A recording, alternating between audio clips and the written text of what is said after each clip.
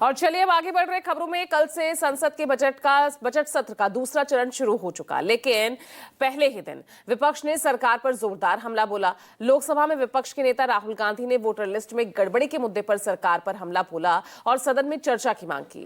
कांग्रेस के अलावा ममता बनर्जी की तृणमूल कांग्रेस ने भी सरकार और चुनाव आयोग पर निशाना साधा।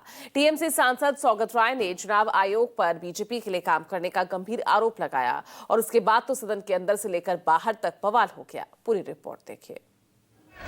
सुन लिए, आप सीट पर आके रिकॉर्ड में बोलिए, मैं भी कार्रवाई करता हूं आपके खिलाफ। बोलो, सीट पे जाके रिकॉर्ड में बोलो, अभी कार्रवाई करता हूं। It is under election commission has to answer to parliament. पूरा ऑपोजिशन सिर्फ मिलकर ये कह रहा है कि वोटर लिस्ट पे यहाँ पे एक डिस्कशन हो जाए। ओके। आप बनाते नहीं हो, इसको हम एक्सेप्ट। मंत्री जी बोले, चेयर को कैसे धमकी दे रही है? They are threatening to the chair.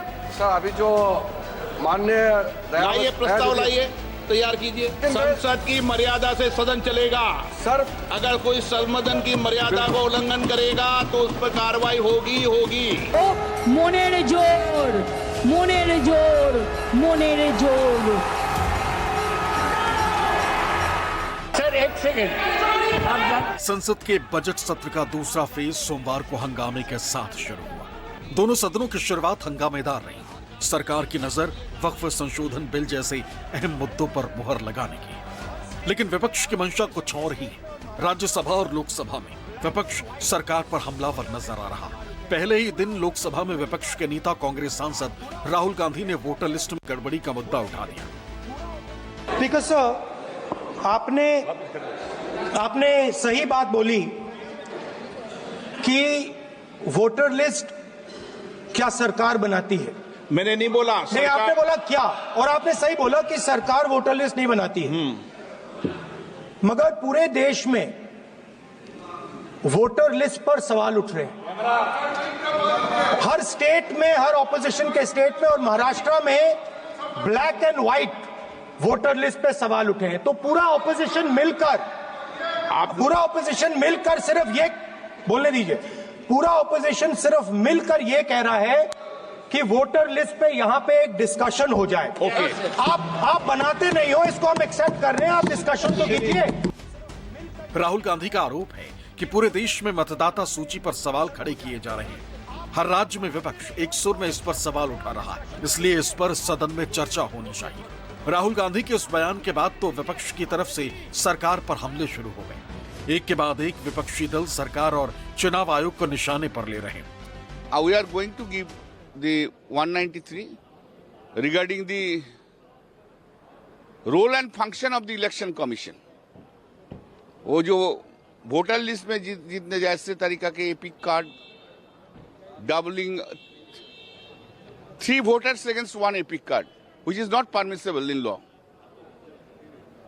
We are raising this point.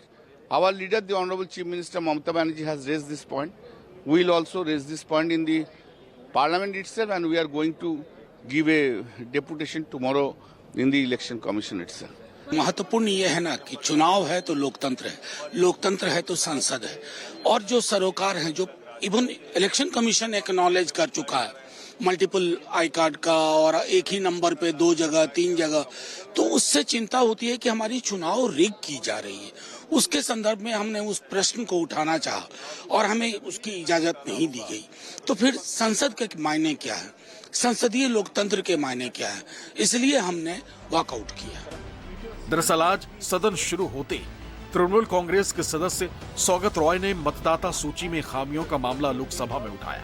उन्होंने खास तौर पर अगले साल पश्चिम बंगाल और असम में होने वाले विधानसभा चुनावों से पहले मतदाता सूची में व्यापक संशोधन की मांग की। सौगत रॉय के सवाल के जवाब में लोकसभा अध्यक्ष ओम बिरला ने कहा कि वोटर लिस्ट क्या सरकार बनाती है। इसी के बाद राहुल गांधी ने सदन में वोटर लिस्ट में गड़बड़ी पर चर्चा की मांग कर दी। Sir, in a recent speech, Mamata Banerjee showed the papers where it was seen that the same epic number had voters both in Bengal and Haryana. And in Bengal it was in the district of Murshidabad. Again she showed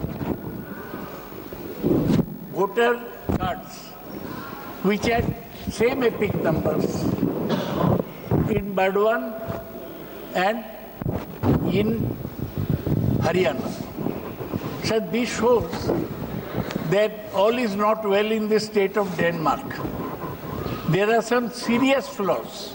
We shall meet on behalf of the party, our people will meet the Chief Election Commissioner newly appointed, who was earlier Secretary of the Cooperation Ministry under Amit Shah. We hope that he replies properly. Our agitation on this point will continue. Okay. And in West Bengal. Voter list सरकार बनाती है क्या? Sir voter list सरकार बनाती है क्या? ये आपको समझाता हूँ सर, एक सेकेंड। आप जानते हैं election commission is under the ministry of law and parliamentary affairs. इससे पहले सोमवार सुबह सदन शुरू होते ही लोकसभा में डीएमके सांसदों ने हंगामा शुरू कर दिया। डीएमके सांसद नई शिक्षा नीति और ट्राई लैंग्वेज को लेकर विरोध प्रदर्शन कर रहे थे। वो शिक्षा मंत्री धर्मेंद्र प्रधान के करीब पहुंचकर नारेबाजी कर रहे थे। इसके बाद स्पीकर ने लोकसभा की कार्यवाही दोपहर 12 बजे तक स्थगित कर दी। सदन की कार्रवाई आज 12 बजे तक के लिए स्थगित की जाती है। उधर राज्यसभा में भी यही हाल था। कांग्रेस के नेतृत्व में विपक्षी दलों ने सोमवार को राज्यसभा से वॉकआउट किया। विपक्षी नेता डुप्लीकेट मतदाता पहचान पत्र, अमेरिकी फंडिंग के मुद्दों पर नोटिस खारिज किए जाने से नाराज थे। हालांकि सरकार ने आश्वासन दिया कि वो नियमों के तहत सभी मुद्दों पर चर्चा के लिए तैयार है। देखिए, चुनाव आयोग ने पूरी चुनावी प्रक्रिया को एक मजाक बना दिया है। आप देखिए, डुप्लीकेट एपिक नंबर जारी हो रहे हैं। फर्जी वोटर गुजरात के, हरियाणा के, अलग अलग राज्यों के, बंगाल में बनवाए जा रहे हैं। दिल्ली के चुनाव में हरियाणा के वोटर ला के बनवाए गए और उनका वोट डलवाया गया। तो निश्चित रूप से ये एक बहुत गंभीर चिंता का विषय है। और अगर चुनाव की प्रक्रिया में ही इतना घोटाला होगा तो निष्पक्ष चुनाव इस देश के अंदर कैसे हो सकते हैं। और इसी प्रकार इनका डिलिमिटेशन का इशू है साउथ का। अगर मान लीजिए उन्होंने पॉपुलेशन कंट्रोल किया तो उसका उनका सीट कम कर देना, तो उस मुद्दे पे भी हम लोगों ने वॉकआउट किया है।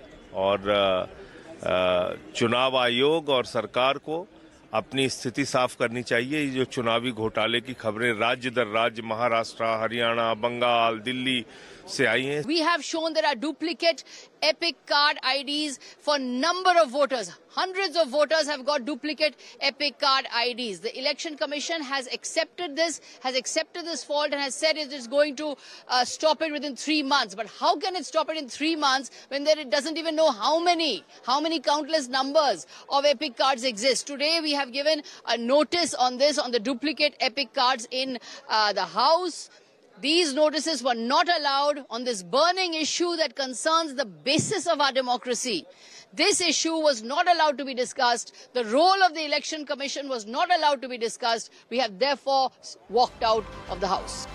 संसद के बजट सत्र का दूसरा फेज 10 मार्च से शुरू हो गया, लेकिन पहले ही दिन विपक्ष ने साफ कर दिया कि वो सरकार को वोटर आईडी कार्ड से जुड़ी गड़बड़ियों पर घेरेगा।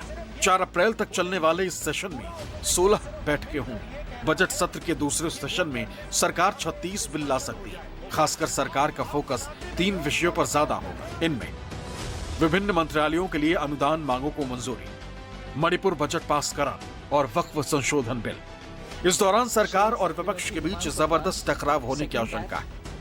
विपक्ष वोटर आईडी में गड़बड़ी, मणिपुर में ताजा हिंसा और अमेरिकी टैरिफ को लेकर सरकार पर हमलावर है। लेकिन विपक्ष के रवैये से लगता नहीं कि वो सदन को आराम से चलने देने के मूड में। इलेक्शन कमीशन तो सरकार के कब्जे में है और काफी अरसे से सरकार के कब्जे में है। और जो आप लोकतंत्र की बात करते हो, अगर लोकतंत्र ऐसे ही चलता रहा और इलेक्शन कमीशन सरकार की पैरवी करती रही तो निश्चित रूप से जो नतीजे आएंगे वो आपके सामने हैं। ये कोई पहला मौका नहीं है जब विपक्ष ने वोटर लिस्ट में गड़बड़ी को लेकर चुनाव आयोग पर सवाल उठाए। इस मुद्दे को लेकर पिछले कुछ समय से विपक्ष लगातार हमलावर है। खासकर विपक्षी दल जिन राज्यों में हार रहे हैं वहां वोटर लिस्ट में गलत तरीके से नाम काटने और नए नाम जोड़ने का मुद्दा उठाया जा रहा है। विशेष रूप से कांग्रेस पार्टी और टीएमसी इस मुद्दे को जोर शोर से उठा रही है। TMC, I'm sure, would want to raise the voter list issue. in which it is found that the epic numbers of two different persons in two different states are the same. We've already informed, appraised the election commissioner, and tomorrow we are supposed to meet the chief election commissioner. This is the main issue. एकदम से चुनाव से पहले voters list से नाम cut जाते हैं, एकदम से वोटर्स लिस्ट में से नाम ऐड हो जाते हैं चुनाव के आने से पहले।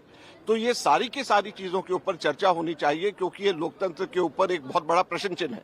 अगर हम लोकतंत्र के ऊपर प्रश्न चिन्ह खुद इलेक्शन कमीशन ये मान रहा है, उसकी चर्चा हम लोकतंत्र के मंदिर राज्यसभा में नहीं कर सकते, तो फिर कब करेंगे? दुख की बात यह है कि इस विषय को भी, इतने महत्वपूर्ण विषय के ऊपर भी चर्चा करने से हमारे अध्यक्ष महोदय ने, सभापति महोदय ने राज्यसभा में मना कर दिया। इसलिए हम सबके सब लोगों ने वॉकआउट किया है। लगभग सभी विपक्षी दल इस मुद्दे को लेकर सरकार पर हमलावर हैं, लेकिन कांग्रेस और टीएमसी के नेता जोरदार तरीके से इस मुद्दे को उठा रहे हैं। डेरेक ओब्रायन के नेतृत्व में तृणमूल कांग्रेस के 10 नेताओं का एक डेलीगेशन 11 मार्च को निर्वाचन आयोग से मिलेगा।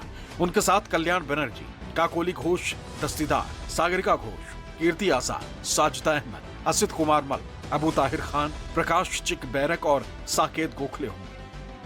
हालांकि बीजेपी का तर्क है कि चुनाव आयोग और सुप्रीम कोर्ट जैसी संवैधानिक संस्थाओं पर चर्चा संसद में नहीं हो सकती। राहुल जी को थोड़ा सा स्टडी करना चाहिए। ये सब संवैधानिक प्रक्रियाएं हैं। सुप्रीम कोर्ट और इलेक्शन कमीशन, ये दो ऐसे संस्थान हैं जिन पर आप कभी भी संसद के ऊपर चर्चा नहीं कर सकते। उनके किसी निर्णय के ऊपर आप चर्चा कर सकते हैं। जहां तक आज जो बात राहुल जी ने उठाया, उसमें राहुल जी को शायद ये जानकारी नहीं है कि इलेक्शन कमीशन ने ऑलरेडी 3 महीने का टाइम लिया है इस पे।